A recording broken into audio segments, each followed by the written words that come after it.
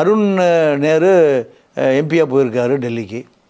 அவர் போய் இந்த திருச்சியில் இருக்கிற மக்கள் பிரச்சனையை எந்த பிரச்சனையை பேசி எந்த அமைச்சர்கிட்ட போய் என்ன வாங்கி கொடுப்பார்? இல்லை.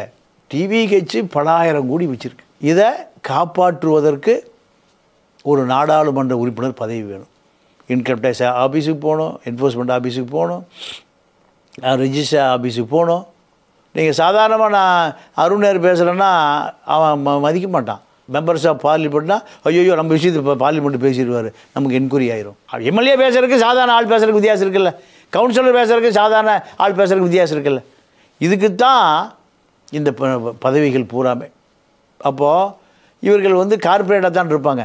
அப்போ சவுக்கு பேசினாலும் பயந்துக்கணும், அண்ணாமலை பேசினாலும் பயந்துக்கணும், அமர் பிரசாத் ரெட்டி பேசினாலும் பயந்துக்கணும். ஏன்? அதிகாரம் டெல்லி அதிகாரத்திற்கு பயந்து தான் ஆகணும். ஏன்னா ஆயிரக்கணக்கான கோடி ரூபாய்